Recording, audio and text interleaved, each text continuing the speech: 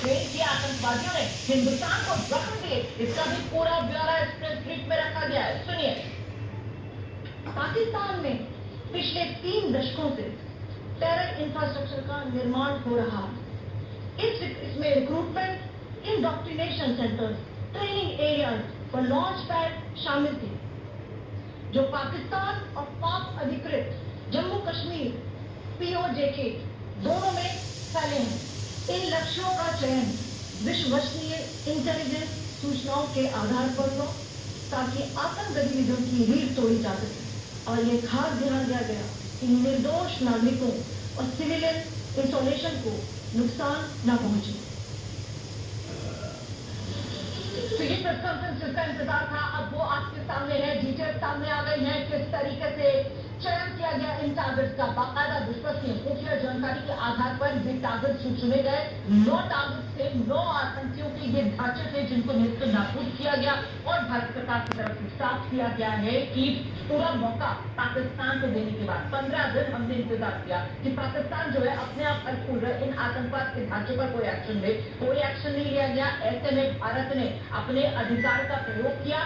आतंक का खात्मा हमें करना है, हमारा हक है, हमारा अधिकार है। हमले का जवाब भारत ने दिया है। इसीलिए भारत का ये जो रिएक्शन है वो पूरा जिम्मेदारीपूर्ण रिएक्शन, अनुपातिक रिएक्शन और नॉन एस्केलेटरी रिएक्शन, इसको बाकायदा क्लियर कट अंदाज में साफ कर दिया गया भारतीय सेना की तरफ से अपनी प्रेस कॉन्फ्रेंस में। नीरज,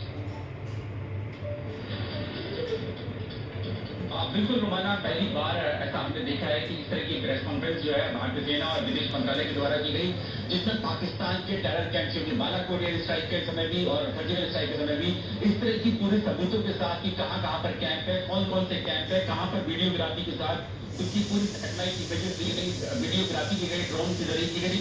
और रोमाना जो हम लोग बता रहे थे लगातार कि जो 21 टोटल स्ट्राइक्स जो है वो भारतीय सेना और थल सेना ने किए, जिसमें जो टेरर कैंप्स है बुलेट के और भावलपुर को बताया गया और उनके बारे में दिखाया भी गया, उनकी तस्वीरें भी दिखाई गई, वीडियो भी दिखाया गया कि किस तरह से स्ट्राइक किया गया।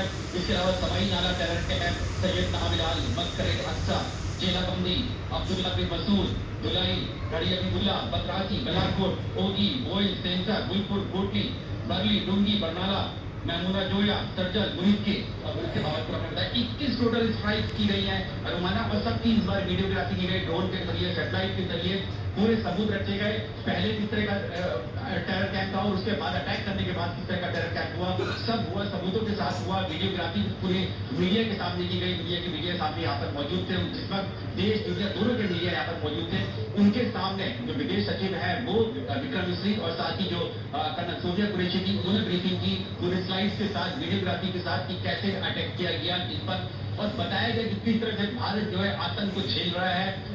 शुरुआत की गई संसद के हमले से, उसके बाद फिर 26 लेवल अटैक, उसके बाद उरी, उसके बाद पुलवामा, उसके बाद पहलगाम। और भारत लगातार ये कहता आ रहा था पाकिस्तान से कि आप इसके खिलाफ कार्रवाई करें। पाकिस्तान ने आतंकियों के खिलाफ, आतंकी संगठन, आतंकी टेरर कैंप, आतंकी लॉन्च पैड, इनके खिलाफ कोई कार्रवाई नहीं की। इसके बाद ही विवेश होकर भारत को ये कार्रवाई करनी पड़ी और ये कार्रवाई भारत की तरफ से क्लियर किया गया कि ये कार्रवाई जो है पूरी तरीके से नफी तुली कार्रवाई, अनुपातिक ये कार्रवाई, और जहां जहां भारत ने निशाना साधा आतंकवादियों पर, जी नीरज, और ये भी बहुत क्लियर कट तरीके से बताया गया कि जहां जहां भारत ने निशाना साधा इन आतंकियों के कैंप पर, उनकी भूमिका किस तरीके की रही है। मतलब जो मेमूना है, जहां पर हिजबुल्ला का ट्रेनिंग कैंप चलता है, ये भी बताया गया कि ये मेमूना ही था जहां से कठुआ जम्मू रीजन में आतंक को बढ़ावा दिया जाता है, और पठानकोट में जो हमला हुआ था वो वाले आतंकवादी भी यहाँ पर ट्रेन किए गए थे। इसी तरीके से सरजन में अगर अंदर घुसकर भारत ने